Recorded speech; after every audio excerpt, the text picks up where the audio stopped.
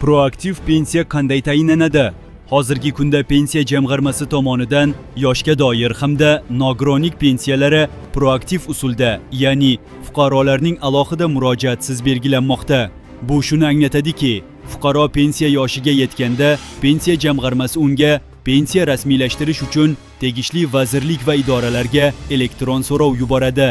Ushbu so'rovlarga javoban tashkilotlar tomonidan fuqaroning ish staji, pensiya jamg'armasiga o'tkazilgan to'lovlari, o'qish davri, oilaviy ma'lumotlari, ish haqi va harbiy xizmatiga oid ma'lumotlar elektron tarzda taqdim etiladi.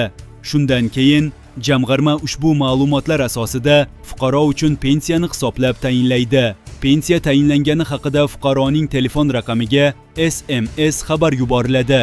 Agar fuqaro mobil telefondan foydalanmasa yoki raqam uning nomida bo'lmasa, xabar pochta orqali yetkaziladi. Eslatma sifatida aytish joiz, yoshga doir va nogironlik pensiyalarini tayinlash jarayonida barcha zarur ma'lumotlar tegishli idoralarning axborot tizimlaridan olinadi. Ma'lumotlari to'liq raqamlashtirilgan fuqarolar uchun proaktiv pensiya hech qanday muammosiz rasmiylashtiriladi. Agar mehnat daftarchasidagi ma'lumotlar hali raqamlashtirilmagan bo'lsa, fuqarolar hududiy bandlik bo'limlariga murojaat qilib, ushbu ma'lumotlarni bepul raqamlashtirishlari mumkin. Shuningdek, ma'lumotlarning raqamlashtirilganlik holatini yagona interaktiv davlat xizmatlari portali orqali tekshirish imkoni mavjud.